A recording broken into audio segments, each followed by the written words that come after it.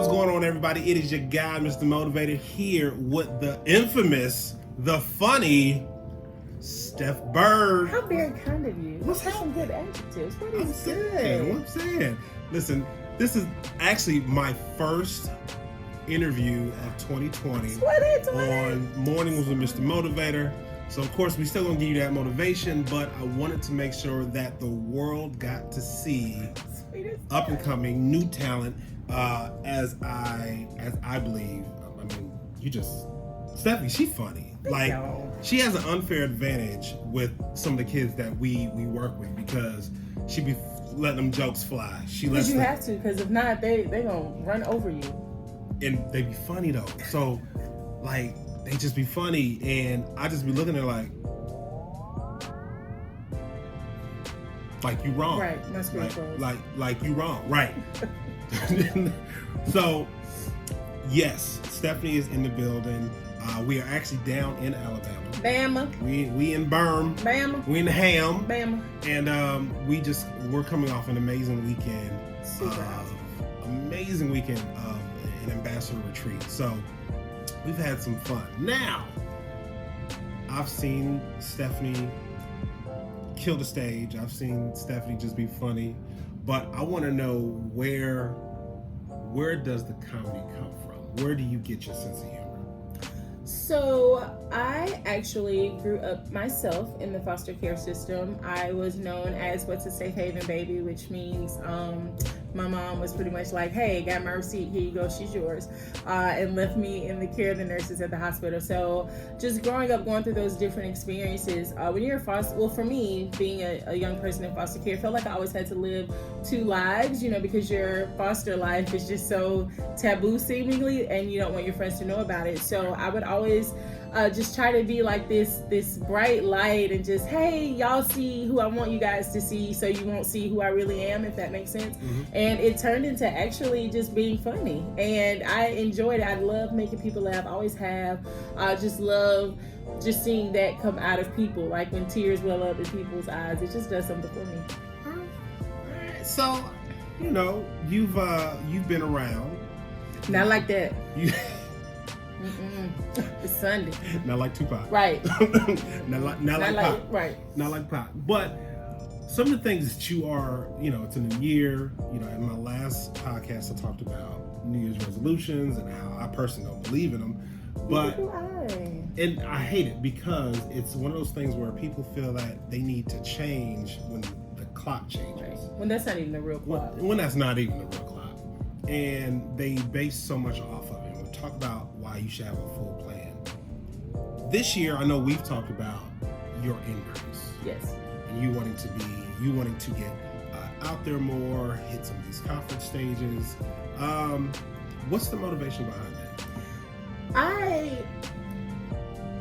Okay, so I have these moments where I hear people, and I always say, don't hear what I'm not saying, but I always hear people that get paid like major bucks, right, to come speak to these people, and it always seems so surface, where my whole career is based around motivating and just pit-pulling, if that makes sense, and I've always just wanted to be in the capacity to always do that, to help. I love helping people have that aha moment of, wait, you mean to tell me everything I needed to complete this journey was in me all along? Right.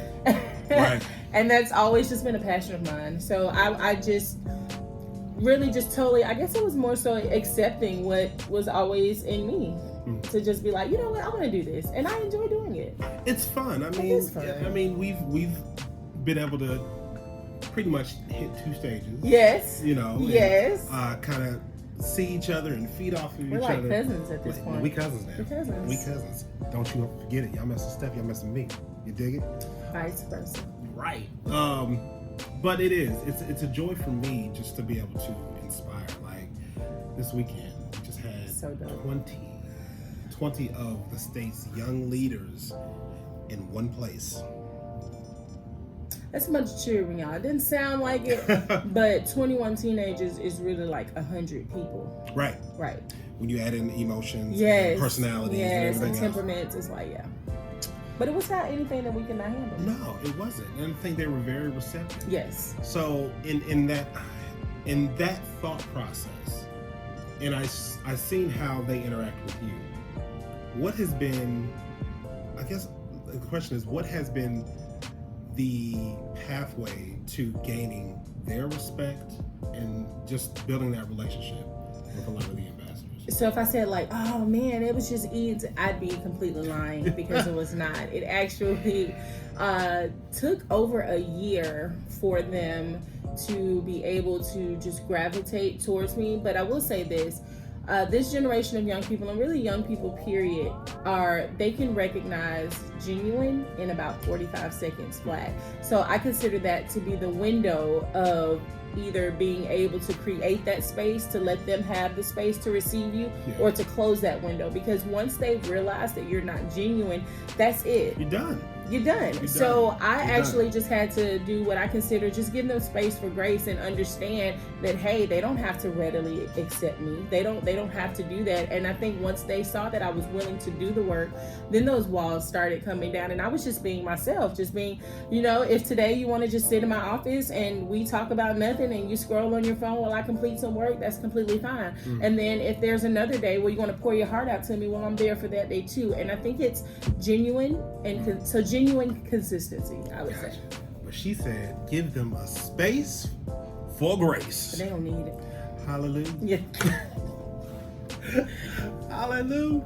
So, with that being said, you have some goals and things that you want to achieve definitely this year. Yes. But let's just take it the first quarter. Okay. So you got January, February, March, right? Okay. What are some things that you are looking to accomplish within the first quarter of 2020? Okay. Are we speaking candidly, or are we just giving like surface area answers? I mean, we can. So, I definitely by March I plan to have everything completed to release my very first book. Oh. Are you there, God? My lemonade has no sugar. Wait a minute. First of all, why ain't your lemonade got sugar? Because it's actually my life story about all the everything that's happened to me, from being a safe haven baby to actually young adult woman. And everybody, I think, has had that moment where you like, so God, you watching my life too? You see what's going on down here? And those are the moments that feel like this. I don't like this. It don't taste right. This ain't good. Like they say you was a sweet God. Where's my sugar for my lemonade? Yeah. So I'm very excited about that. I definitely have a plan to at least have done at least 2 motivational speaking events before March, so before the end of first quarter, and to just solidify myself in that arena. I'm very serious about that. So again, I'm heavy when it comes to plans. I see how slim he is. Ain't nothing heavy about him. Listen, you're gonna make me sing that song from Dreamgirls. Heavy. Right, and I don't sing. So, but that's the thing that came to my mind. But I'm big. Don't judge me. I'm big on plans, and if you fail to plan, then you plan to fail. Come on. Right? So, have you been reaching out? What's been your mantra in moving towards those goals? So I definitely, I'm realizing that we are in a time in the world where if people don't see you, then you seemingly don't exist. Yeah. So I've been trying to be more active on social media for sure. I also got my professional bio and speaker kit because people like to see where you are business-wise too, and I definitely respect that because I want you to respond to me in a professional, business-wise manner, if you get what I'm saying. So I just definitely getting all of those things together and actually formatting my life in a way that it's obvious that I live, breathe, and do this daily. It's not just something I want you to pay me to do. It's who I am. It's who you are, and that's how that's how I look at my journey. It's who I am. Right. You know, the 20 years, and it's hard to believe it's been 20 years that I've put into this. You see the dust? That's what that was. That was the dust. You know, it's hard keeping this boyish figure. But the first boy ever. Right. Exactly. Check the DNA. We came from Africa. Anyway. That is because everything that I do is who I am, And the same way you see me on stage is the same way you'll see me in a small group. And I can actually attest to that. Right, a small group. And so there's no code switching when it comes to either adults or youth. But it is that genuineness that I bring to the stage. But it is the genuineness, the realness. Right. And but it's my life. Right. You know, and this is my life, and I wouldn't change it for the world. And there are just things that I even will bring on stage when it comes to my own 4 kids that, you know. I'm one up on you. Some people, why you got 5? We have 5. Why do I say it like that? Like, I guess I can't still believe, like, 5. I was from being a foster care and have my own orphanage. No, it's funny because some of my friends joke that I have an orphanage or a group home. Yes. And but some of those skills help. Do you use some of those skills? All of them. Like literally, it helps run the house. We have a chore chart. I don't know if that's good or bad. We've gotten rid of the chore chart. Because your kids are older. The kids are older. Yeah. Now it's just, I guess you ain't getting paid. Right. Ooh.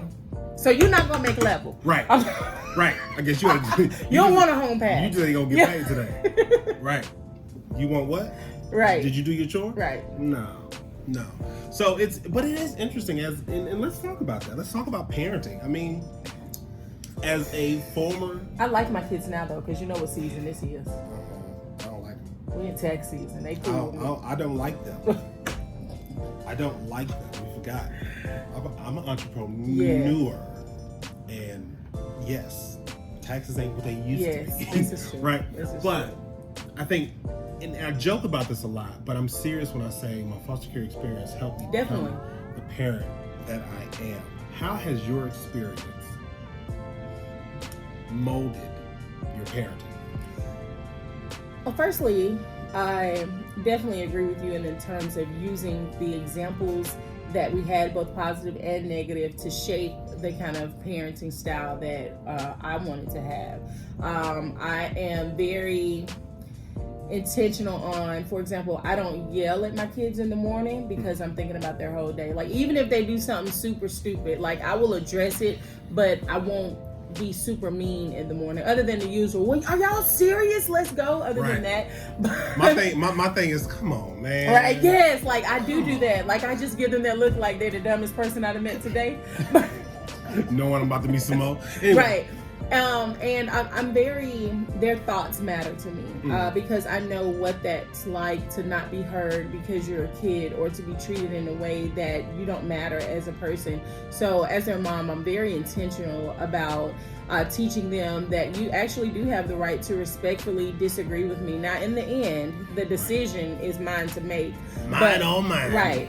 But your thoughts, you matter as a person. My 7-year-old, and of course, you know, I'm a mere 21 myself. Don't do the math, people. Don't do the math. But no, I'm kidding. But I listen to them about their day, and just because she's only a 2nd grader does not mean that what has happened to her today is insignificant. I'm very intentional about if I can, unless it's something extremely important, I don't talk on the phone when I'm transporting them to school, and I don't talk on the phone when I'm picking them up from school, because I want them to understand that the time I have to spend with you, I value that. Right.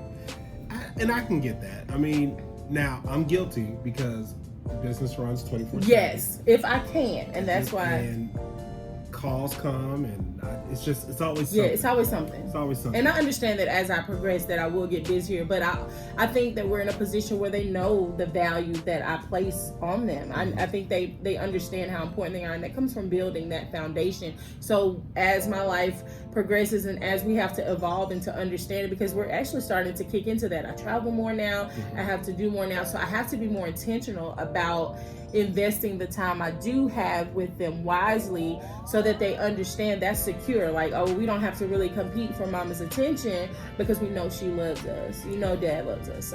So one thing in this journey, what's been amazing to me is that naturally my children are born entrepreneurs. So they'll think of different things to how to make money, or they see you in your movement. Yes. Right? How do you hope to shape the minds of your kids from your journey to clocking in every day to eventually skate? So when you said that they watch your moves, they totally watch your moves. They do. Like, my kids have pulled up everything on Google about me. They can tell me. You too? Yes, like they love doing that. But I want them to see the consistency and hard work, and we talk about that a lot. My oldest, she wants to be a civil engineer. She's in the 6th grade, and she's already resolved that that's what she wants to do.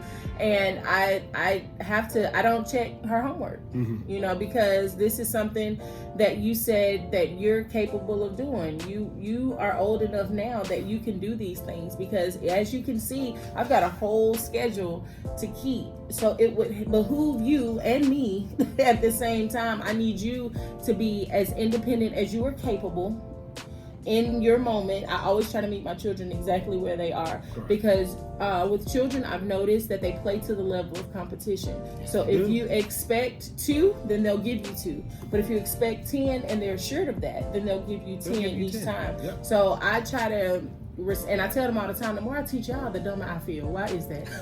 But I need them to understand that in order for our empire to work, because it's not mom and dad versus you guys, right. It's our empire together, and this is a corporation. So I need you to be fulfilled in your position so that the corporation can run well. Oh man, you hit it, because that's definitely how I look at it. And I've been playing with the notion of actually giving my kids titles. My son is the kitchen manager. Oh, well, and literally you have, especially when you have so many kids, you have to run the house like a business. You have to, because they're so quick to be like, for example, I love that we talk about real life stuff. So like, my son will say, "Oh, that's not my plate. That's Leah's plate." Well, who's the kitchen manager? You are, fool. I need you to understand that even if they don't do what they're supposed to do, your role is comprised of making sure this is in place. Right. So even if they don't do what they're supposed to do, the final job is still yours. Exactly. And kids, they don't always get that. They don't. They don't always, you know, we talk about taking out the trash and cleaning the bathrooms. And listen, as they get older, it's just a task. I refuse to use my kids like that. I refuse. It's clean. It's not. And I always ask, is it your version of clean or is it my version of clean? Because they ain't that is an everyday question. Your version or my version? Right. Even when it comes to their clothes, I refuse to do their clothes anymore. You don't wash their clothes? I don't wash their clothes. I don't trust So if they gotta learn. Yeah. They gotta learn, because I remember, and they gotta learn because I had to walk a block and a half to the laundromat after coming from the store that was a mile away, breaking those paper food stamps. Don't act like y'all don't know. Were you a slave? I was a slave. But listen, we had the paper food stamps. Oh my goodness. And when they gave you real change? When they gave you real change. I just want some gum. Yes, because that's how I got my quarters. So I would go in, break it. Exactly. Your kids got it hard then, because you wanted them. We walked uphill both ways to school. I told them. Yep, in the winter and the snow, and I only had on flip-flops. But now I don't go there with them. But it's in me. It's because of that experience that I want to make sure. I can't give you nothing. Nothing. If something happens to me today, come on. I want to make sure that you are self-sufficient. That you have the blueprint for success. Exactly. That's how I feel about it. So no, you doing your own clothes. Yes. And guess what? My son said the other day, "Dad, I ain't got no clean pants." Sucks to be you. Did you wash? Right. I don't know. Well, no. And our kids are so much younger though. Like your kids are older, so you're in that part. 10. See, I don't know what it is about that boy. Caleb would just put I'm like, boy, all you gotta do is press a button. We had to turn the knob and pull. You don't even have to do that. You just literally put them in there. The washing machine is gonna sense how much water it's gonna put in there. You don't even have to sit low, high. Is this a medium low? Y'all kids got it easy. Easy. But when you think about that, ain't that what they told us? Right. We had to scrub. We used to put it in the pan and do this. Right. That is true. Imagine how easy their kids will have. You probably just be like, Alexa, go get the clothes. Right. Yeah. Robots. Ooh, scary to think about. Anyway. So, so life, and it's apparent. Life is full, it's fun, it's challenging. Support. Because, let's just be completely transparent. I would not be where I am if I didn't have full support of my family. Right. And to be doing it this long with the full support in those months that were lacking and those months that were full of abundance. How do you see your support, and just how do you see your support? So to be completely transparent, our village is actually extremely small, to be honest with you. When it comes to immediate support, my husband and I are really all we have to depend on, even with the 5. So, and that's another reason why I am so adamant about making sure our children are full aware of the blessing that they have of having your father and I in the home together. We actually like each other, and we are intentional about how we rear you. Yeah. Because we don't, like, outside of that, there's really not too many people that we can really depend on. And I try to make sure that they understand that at the end of the day, who's under this roof? It's us. Whereas regardless of the applause that we get, regardless of what happens at the end of the day, it's just us. But there are, like, people that have supported me. I'd be remiss to not mention that. But in terms of just like, man, this been my ride or die since Jump Street, I can't honestly say that I've had that. No, it's like I said, my support has been my immediate household. Yes. Can't say family. That's what I meant. Like the people. It's my immediate on this street, in this house. Household. Yes. Because the interesting thing about entrepreneurship or starting a business, or even fulfilling your dreams on those things that are unconventional, because what we do is unconventional. Definitely. Because society and our society has been groomed to say, listen, you need a 2-week check coming in like clockwork. And only way you're going to do that is by going, clocking somebody's dime. Clocking somebody's dime and then leaving and going home. Right. When, let me tell you, there are, like, all right, I need them to send that check that I work for. Right. Right. What we waiting on? Right. Where my check at? Where is we waiting? And that's the uneasiness about it, because you've done work. And people, this is the part that trips me out. People love to talk about how amazing you are until it's time for them to compensate you. Pay it fair. Like, even the Bible says that a servant is worth his hire. So if you want me, and it's not all, I love how people try to flip it as if you're being all about the money when it's time to talk about those hard conversations, like, well, in order for me to lock this date in for you, here's my paperwork. Right. People have a hard time doing that, but I really wish my kids could appreciate you. I wish. Right. Today. I wish the Alabama power took. You sure did good. Right. and but that's where a lot of people, their support fails because they are thinking about the immediate, the right now, what needs to be paid. What you mean they ain't gonna pay you for 30 days after you do it? And that's where the support system really comes into play. Yes. Because it's an understanding. And that is such a blessing to even be able, and your wife is the same way with that, to be able to have somebody that understands and believes in you. That is the difference. That just catapults me to be great in ways I've never experienced, to know that my husband's like, I believe in you, go do it. There's no hindrances, regardless of how crazy it sounds. Like, literally, I could come home today and be like, babe, I want to be an astronaut. And he'd be like, oh, you priced the moon suits? How much? Just literally, and that just, it puts a lot of pressure on you because you feel like, okay, I've got to do this because everybody's depending on me to do this. Mm-hmm. But it also just allows you to dream and explore things that you never would be if you did have somebody that was just like, no, you can't do that because we need this check. Right, like today. Right. Because we just got this disconnect, and so I thank God for a spouse that allows me to be me. That makes it a lot easier. Yes. That makes it a lot easier.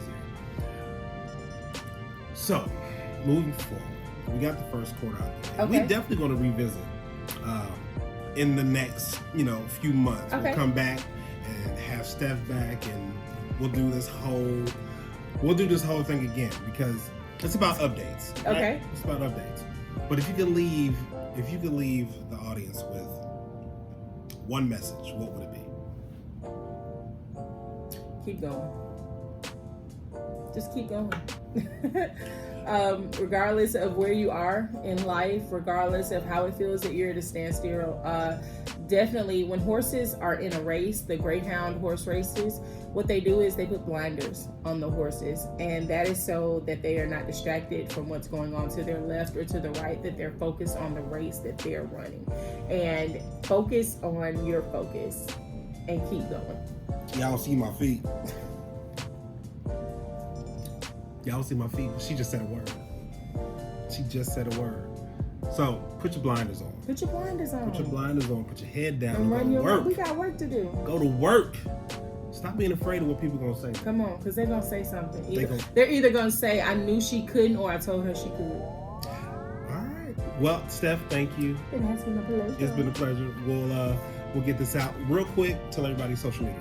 Social media. I am Stephanie Byrd, BYRD on Facebook. I am at Born Awesome, AWESUM on IG, and you can pretty much Google Stephanie Byrd and find all of those things. Listen, you need to have her. Have me, please. I love it. So if you're looking for a comedian, hit her up. This has been your boy, Mr. Motivator, with mornings with Mr. Motivator. Let me get that right. You want to don't hurt yourself. This has been your boy, Mr. Motivator, with Mornings with Mr. Motivator.